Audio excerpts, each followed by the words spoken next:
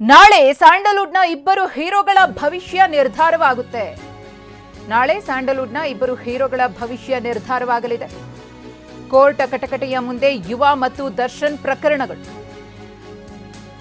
ನಾಳೆಗೆ 14 ದಿನಗಳ ದರ್ಶನ್ ನ್ಯಾಯಾಂಗ ಬಂಧನ ಅವಧಿ ಇದೆಯಲ್ಲ, ಅದು ಅಂತ್ಯವಾಗುತ್ತೆ. ದರ್ಶನ್ ಅನ್ನ ನ್ಯಾಯಾಲಯಕ್ಕೆ ಹಾಜರುಪಡಿಸುವ ಸಾಧ್ಯತೆಯೂ ಕೂಡ ಇದೆ. ಮತ್ತೊಂದು ಕಡೆ ಯುವರಾಜ್ ಕುಮಾರ್ ಡಿವೋರ್ಸ್ ಅರ್ಜಿ ಸಂಬಂಧ ವಿಚಾರಣೆ ನಡೆಯಲಿದೆ. ಯುವರಾಜ್ ಕುಮಾರ್ ಪತ್ನಿ ಶ್ರೀದೇವಿಯಿಂದ ಮಾನಸಿಕ ಕ್ರೌರ್ಯ, ಹಿಂಸೆ ಅಂತ ಆರೋಪವನ್ನ ಮಾಡಿ ವಿಚ್ಛೇದನಕ್ಕೆ ಅರ್ಜಿಯನ್ನ ಹಾಕಿದ್ದಾರೆ.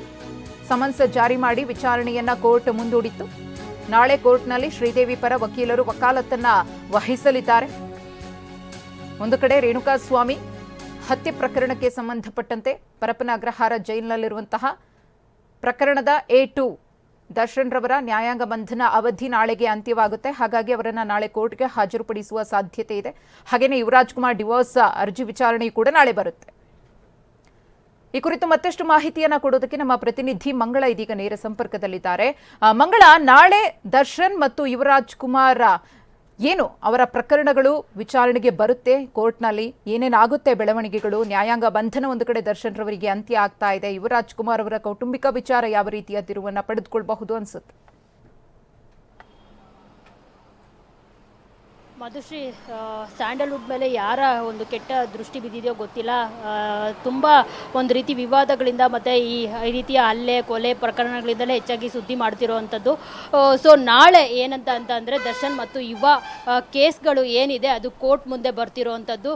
ಎಲ್ರಿಗೂ ಗೊತ್ತಿರೋ ಹಾಗೆ ಏನು ಜೂನ್ 10ನೇ ತಾರೀಕು ಯುವ ರಾಜ್ಕುಮಾರ್ ಅವರು ಪತ್ನಿ ಶ್ರೀದೇವಿ ಭೈರಪ್ಪ ಅವರಿಗೆ ಡಿವೋರ್ಸ್ ಕೊಡೋದಕ್ಕೆ ನಿರ್ಧಾರ ಮಾಡಿ ಏನು ಕೋರ್ಟ್ ಮೆಟ್ಟಿಲೇರಿದ್ದಾರೆ ಅನ್ನೋ ಒಂದು ಸುದ್ದಿ ಬೆಳಕಿಗೆ ಬರುತ್ತೆ. ಅದಾದ ನಂತರ ಶ್ರೀದೇವಿಗೆ ಅವರು ಕೂಡ ರಿಯಾಕ್ಟ್ ಮಾಡ್ತಾರೆ. ಜೊತೆಗೆ ಯುವ ಅವರು ಏನು ಹೇಳಿರ್ತಾರೆ ಅಂತ ಅಂದರೆ, ಪತ್ನಿ ನನಗೆ ಅಗೌರವವನ್ನು ತೋರ್ತಿದ್ದಾರೆ, ಜೊತೆಗೆ ನನ್ನ ಕೆಲಸಕ್ಕೆ ಸಪೋರ್ಟ್ ಮಾಡ್ತಿಲ್ಲ, ಜೊತೆಗೆ ನನಗೆ ಮಾನಸಿಕ ಟಾರ್ಚರನ್ನು ನೀಡ್ತಿದ್ದಾರೆ ಅಂತ ಹೇಳಿಬಿಟ್ಟು ಅವರು ಕೋರ್ಟ್ ಮೆಟ್ಟಿಲೇರಿ ಡಿವೋರ್ಸ್ಗೆ ಅರ್ಜಿ ಹಾಕಿರುವಂಥದ್ದು.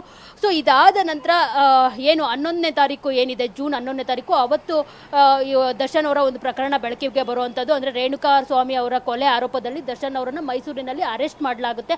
ಅದಾದ ನಂತರ ಎಲ್ಲವೂ ಗೊತ್ತಿರುವಂಥದ್ದೇ ಏನಾಯಿತು ಅಂತ ಹೇಳ್ಬಿಟ್ಟು ದರ್ಶನ್ ಅವ್ರನ್ನ ಈಗ ನ್ಯಾಯಾಂಗ ಬಂಧನಕ್ಕೆ ಒಪ್ಪಿಸಲಾಗಿದೆ. ನಾಳೆ ಈ ಒಂದು ನ್ಯಾಯಾಂಗ ಬಂಧನ ಅಂತ್ಯವಾಗುತ್ತೆ. ಹೀಗಾಗಿ ಅವರು ಕೋರ್ಟ್ ಕಟಕಟೆಯ ಮುಂದೆ ಬರಬೇಕಾಗಿರುತ್ತೆ. ಅದಾದ ನಂತರ ಏನು ಆಗುತ್ತೆ, ಕೋರ್ಟ್ ಮುಂದೆ ಜಡ್ಜ್ ಮುಂದೆ ಪ್ರೊಡ್ಯೂಸ್ ಆದ ನಂತರ ಅನ್ನೋದು ನಾಳೆ ದರ್ಶನ್ ಅವರ ಭವಿಷ್ಯ ನಿರ್ಧಾರ ಆಗುತ್ತೆ. ಯಾಕಂದ್ರೆ ಇದು 302 ಕೇಸ್ ಆಗಿರೋದ್ರಿಂದ ಬೇಲ್ ಸಿಗುತ್ತಾ ಅಥವಾ ಅದರ್ವೈಸ್ 3 ತಿಂಗಳವರೆಗೂ ಅವರು ಜೈಲಲ್ಲೇ ಇರಬೇಕಾಗಿರುತ್ತಾ, ಮತ್ತೆ ಪರಪ್ಪನ ಅಗ್ರಹಾರಕ್ಕೆ ಹೋಗ್ಬೇಕಾಗಿರುತ್ತಾ ಅನ್ನೋದು ಗೊತ್ತಾಗುತ್ತೆ. ಜೊತೆಗೆ ಇನ್ನೊಂದು ಏನಪ್ಪಾ ಅಂತ ಅಂದ್ರೆ, ಯುವರಾಜ್ ಕುಮಾರ್ ಅವ್ರ ಕೇಸ್ ಕೂಡ ನಾಳೆ ಮತ್ತೆ ಒಂದು ಪ್ರಕರಣ, ಅಂದ್ರೆ ಅವತ್ತು ಜೂನ್ 4ನೇ ತಾರೀಕಿಗೆ ಕೋರ್ಟ್ ಮುಂದೂಡಿಕೆ ಮಾಡಲಾಗಿತ್ತು. ಈಗ ನಾಳೆ ಈ ಒಂದು ಪ್ರಕರಣ ಏನೆಲ್ಲ ಆರೋಪಗಳನ್ನ ಮಾಡಿದ್ದಾರೆ ಯುವರಾಜ್ ಕುಮಾರ್ ಅವರು ಶ್ರೀದೇವಿ ಅವ್ರ ಮೇಲೆ.